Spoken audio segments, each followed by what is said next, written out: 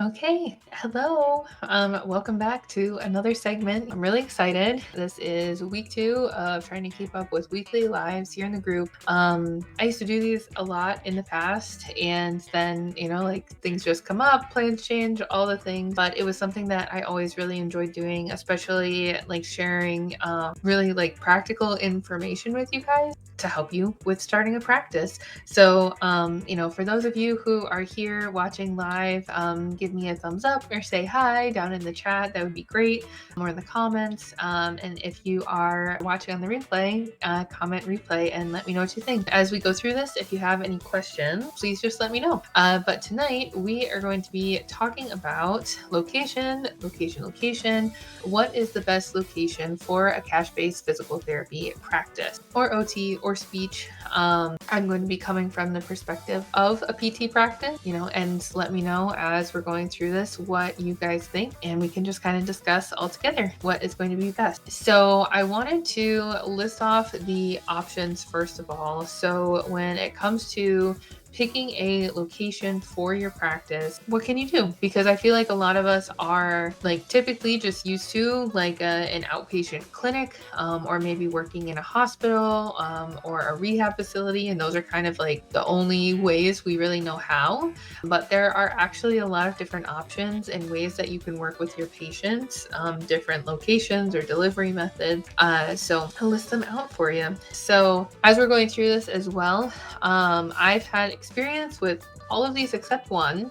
And definitely if any of you guys had experience with that one, please let me know what you think. And I know it will be helpful to the people watching this video as well. So number one, right off the top, if you want to start your own practice, what are the options for where you can practice? Like you might think that you can only rent a space, but that is not the only option. So a lot of people, when they are first starting their own practice, they will start in a mobile setting.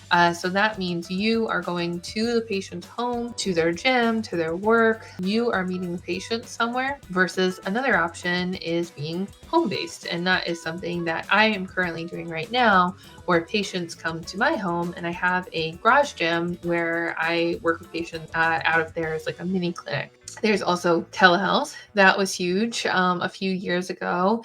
After the pandemic and everything, I think a lot of people got really comfortable with doing telehealth.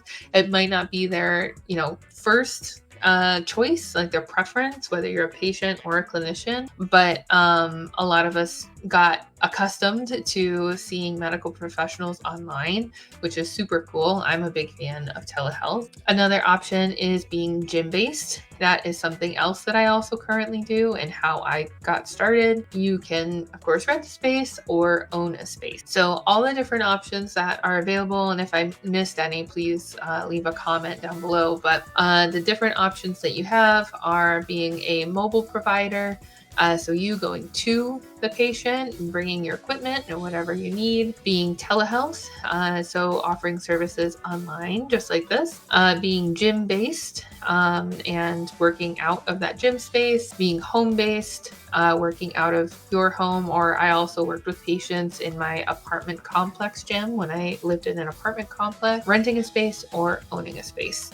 So those of you who are watching, whether you are watching live now or you're watching on the replay, I would love to hear from you what location you're currently in or what locations you are considering, and why, or if you have questions on them down in the comments below. So where are you currently working or planning to work out of? I had asked the Facebook group last week, I polled everybody to see what was like the most popular. And out of the people who responded, 44% said that they were mobile. That was the majority.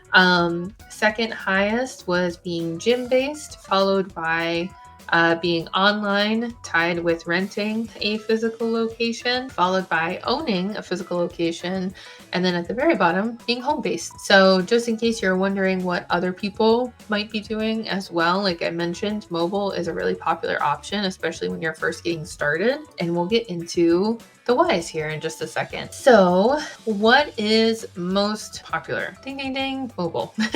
You going to the patient. And let me just put this up here. So being a mobile practice, why is that the most popular?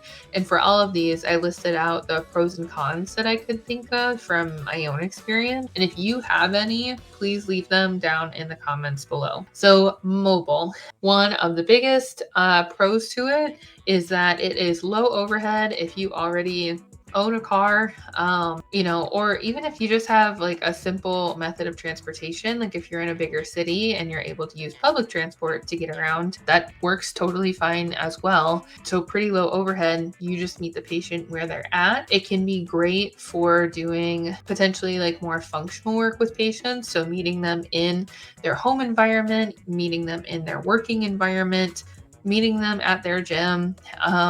You can actually be in the space, in the environment with the patient and help them with very specific activities that they're doing on a regular basis, which we all love to see. We all love to be able to help our patients with what their actual real life stuff looks like. And sometimes when they come into a clinic, we're only able to kind of emulate that with whatever equipment we have available. But if you're able to go to the patient, then you can actually work with them with whatever they're potentially having trouble with. It is easy to start. Being a mobile practice, I think it is super easy to start. Asterisk, everybody's situation is different and just kind of depends on a lot of different factors. But out of all of the options here, the only one that I think might be even easier is doing telehealth. So mobile is very simple to just pick up and say like, yes, I would love to see you. I'll come to, your home or your place of work at this time, and you're good to go. You don't really have to worry about doing much else if you already have the transportation. Another pro to this is typically you're going to be able to be in a private space with the patient.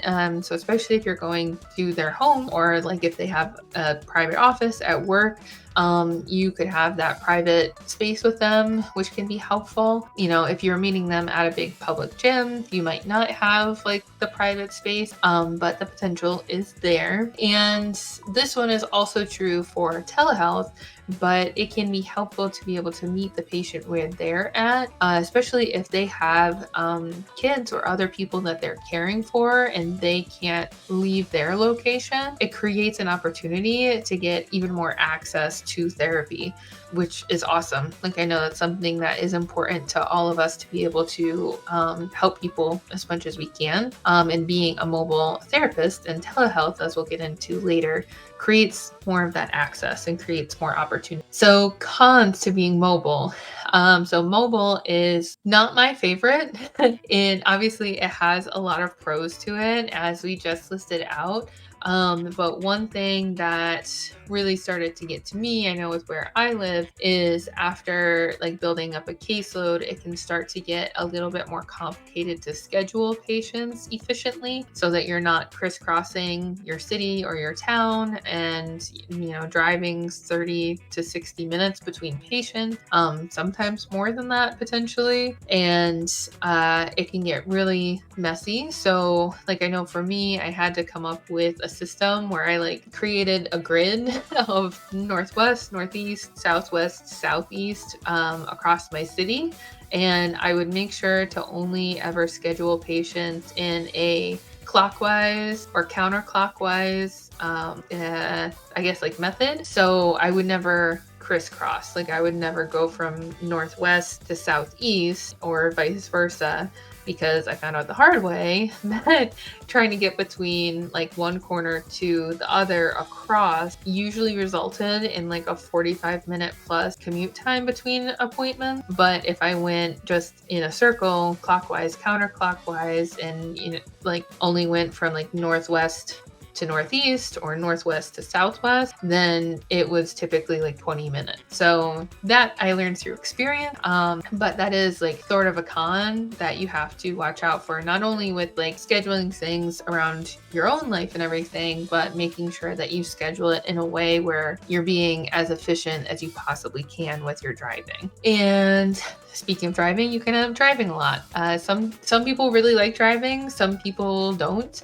I feel like I'm kind of in the middle sometimes, but it varies. So if you don't really like being in the car that often, mobile is probably not a good option for you, but there are people who love driving, and so that could be a great option.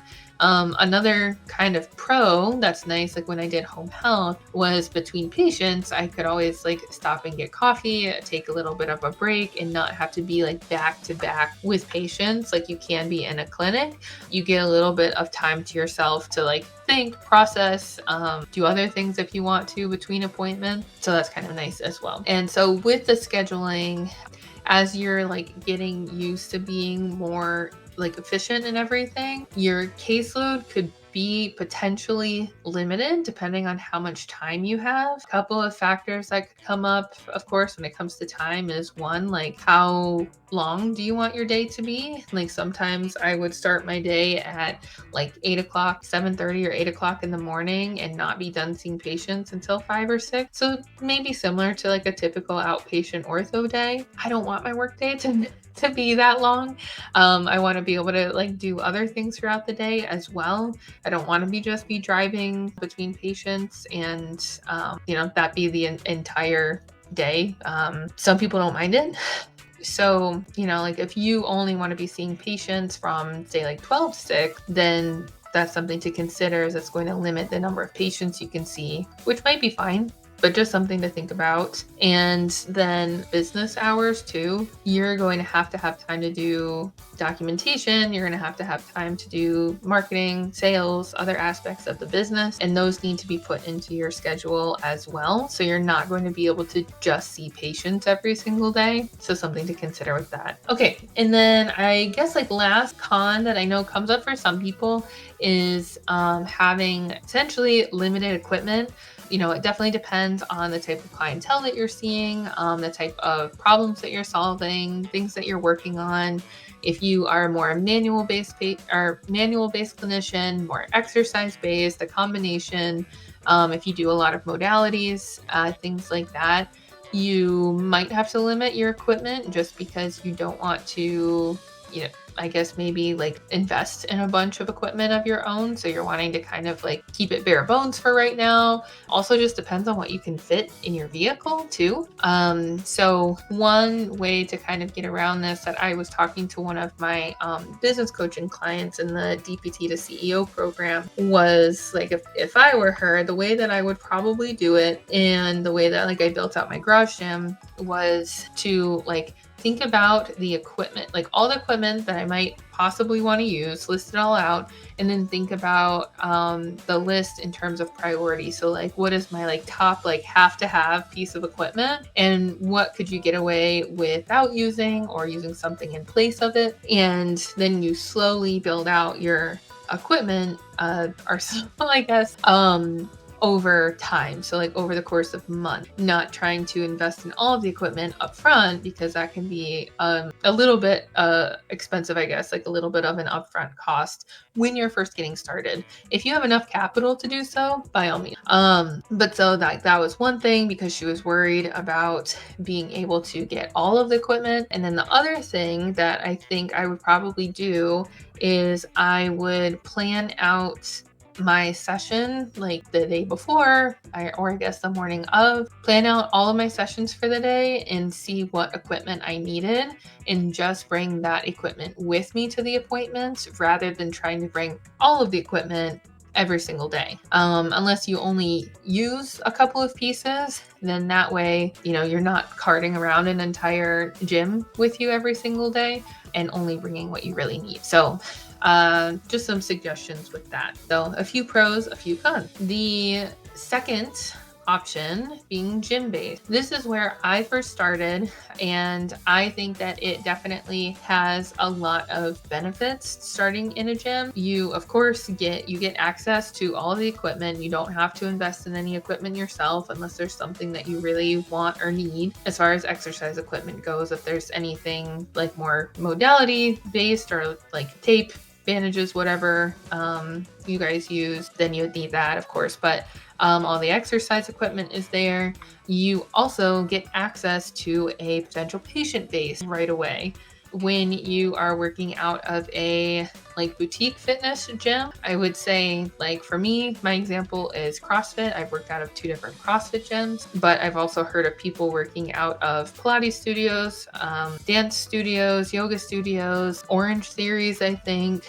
Then you'll have a whole bunch of patients to potentially work with, or people to talk to, people to do workshops for, seminars for, people to pass out your business cards to, people to advertise for in general. Like you might even be able to hang up like signs and everything in that gym. So being in the gym, you get access to a lot of stuff right away, versus if you're mobile or online, you're going to have to do a little bit more legwork to develop a community and network around you as you're growing. Like I mentioned, it's easier to hold workshops. You don't have to find a space. As if you were mobile, you would have to find a space or find other business entities that might want a workshop or a seminar. Being in a gym gives you more access to that right away. And it, of course, like renting a space in a gym is going to be less costly than outright purchasing a space. It's a little bit of overhead, more so, of course, than mobile and telehealth, but less than actually owning a space. And then some cons. So I really liked working out of both of the gyms that I've been at, but one con that can come up sometimes is having to work around the classes in the gym, the other gym members, and making sure that like you're not in the way of the main thing that's happening there at the gym. And especially in my gym too, the music can be really loud, so there can be a lot of distractions. It can be difficult to hear your patient, to talk to your patient, for them to hear you. Having a private room in the gym can be really helpful, but the speaker at my gym is like right on top of the room, so it'll still like vibrate the walls. So it's not ideal. It's better than nothing, but that can happen, and that can make it a little bit more difficult to work with people. At the first gym I was at, I didn't really have a private room, so of course that made it hard to do anything privately. Like you would have to schedule outside of class hours, or try to maintain some kind of like semi-private area or corner of the gym. So if you're doing something potentially like more private, like working in the pelvic health realm, you might have to consider whether that is a good option. And then also sometimes people just want to be in a private space with a professional and not have, a whole bunch of other people around. So just something to think about with that.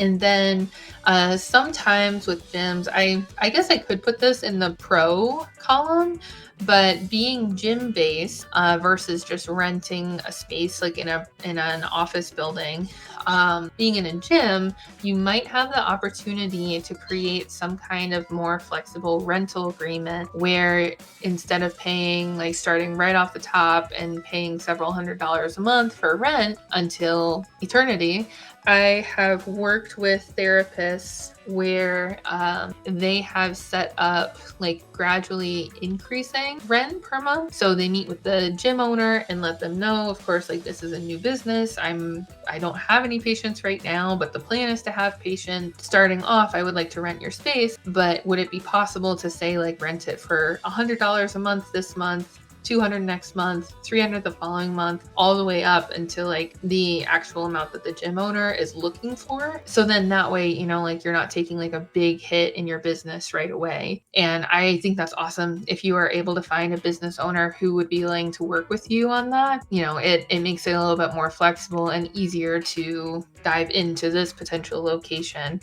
rather than starting off with just like the flat monthly rent at the topmost amount that it'll be. So gym-based has been great. Another like huge pro to gym-based for me was, as I had mentioned, you already have like the potential patient base. And if you start out of a gym that you have already been a member at for several months or years, it is very easy to bring patients on caseload because the people who are there already know you, like you, and trust you. So you've already spent like a long time doing a lot of that initial groundwork to build relationship, and it makes it much snappier to build up a caseload. So like that always worked out really well. And then third, so looking at a telehealth practice during the pandemic, during like I think starting probably in March of 2020 throughout like most of the summer, maybe into the fall, my practice that had started being gym-based, I transitioned all of my athletes to being telehealth and online. I've always been like a computer person, so I didn't have like a lot of doubt that it would be fine, but I wasn't really sure like how it would work out with athletes, and it ended up working really well. Working with a patient population who they already kind of like, they know their body, they know different movements, they know how to move properly. In most cases, you could name off exercises and they know what it is that you're talking about. That worked really well on telehealth. And then for like the different exercises and movements they had questions on and we wanted to look at, I was still able to see them and correct them in real time being online just like this. And telehealth is probably like the lowest of overheads because as long as you have a computer and an internet connection, you can make do and you can see patients versus like, the second lowest, I guess, would be being mobile. You also have the opportunity to work privately with a patient, depending on what they have going on their end. You can be in your own office at home or in a private room somewhere. So that's really great versus like maybe the semi-private in a gym. I had people tell me that it was really helpful to be able to do it online because they had kids at home that they also were watching and taking care of and didn't have time to drive to a clinic. So online was a really great option for them. Easy to start, pretty easy access in most cases. There's no commute. So if you're not interested in driving all around town, you can stay at home or stay in a place where you have access to the internet. And you also potentially have the opportunity to see more patients throughout the week than if you were doing mobile. You have a little bit more flexibility in terms of like the time that you're spending with people. So, pricing might be able to change with that. And the other great thing about telehealth is that it doesn't have to be a standalone.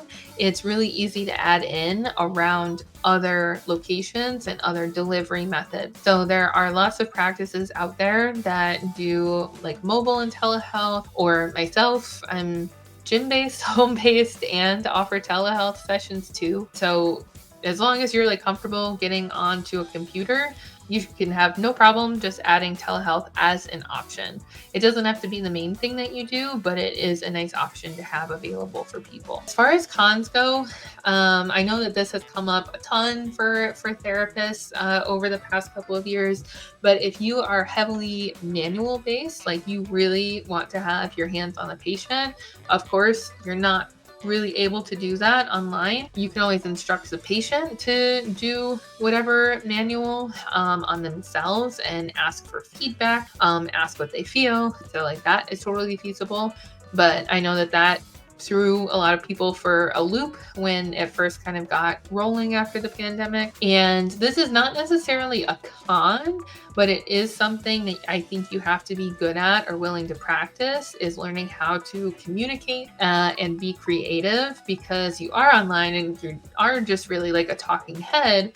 So you have to learn how to instruct with your words and not being able to always like physically demonstrate or position somebody manually, and then being creative with whatever the patient might have available to them at home as far as equipment goes. Because with mobile, you can bring some of your own equipment, but telehealth, they may or may not have the equipment around. But it is like a kind of a fun and unique challenge. And again, kind of goes back to the helping the patient in their actual daily environment, which can be great. And let's see, then coming down to being a home-based business. So like I mentioned, I've been working out of my garage gym.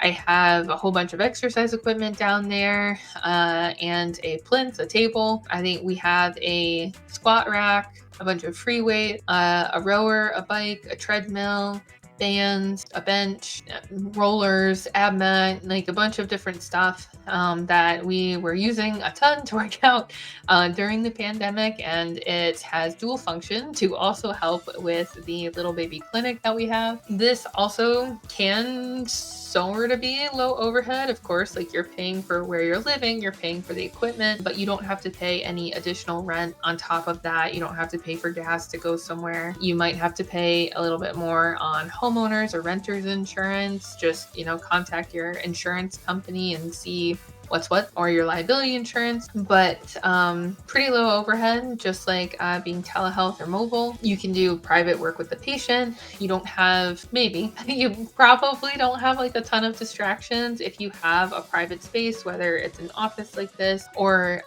like a garage gym or a gym in your home. You have a private space to work with a patient. You might have distraction. Like I know my dog always loves to be involved with everything.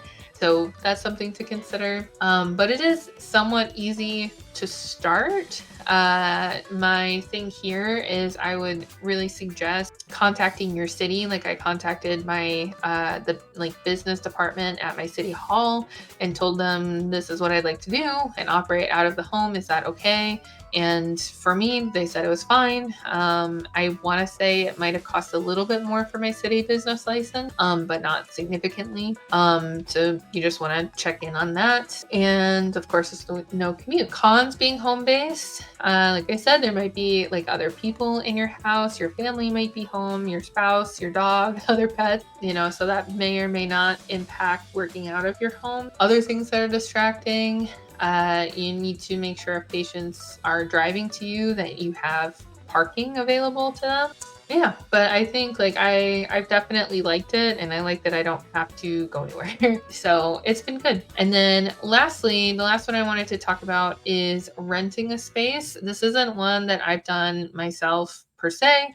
But I did pay rent at one of the gyms that I was out of. So it was a little bit similar, and I've worked with other therapists who have rented spaces. Pros, I think they're kind of similar to being gym-based. You might have access to equipment. You might not. Depends on the kind of building that you're in. You'll have private space to work with the patient. I think this might be a limiting belief.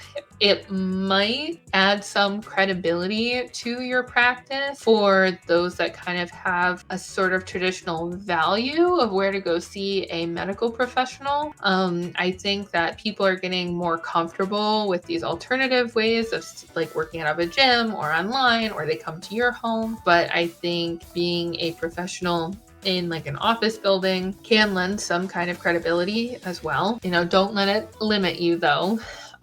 It can be nice if you find that you have a hard time concentrating at home or separating work and home. It can be nice to be able to go to an office and then come home and leave work at work, if that's helpful for you. And there are potential networking opportunities if you are in an office building with other professionals, even outside of this industry. It could be a great networking situation, similar maybe to being out of a gym as well. And you can get to know other people in the building and become referral sources for each other. Con would be, you probably will have to pay rent whether you have patients or not, and it's probably not really up for negotiation. That would probably be rare to find somewhere that's able to be more flexible, like a boutique gym could be. You might be working with neighbors, so if you're somebody who likes to practice with music on, but your neighbors in the building don't appreciate the music being on.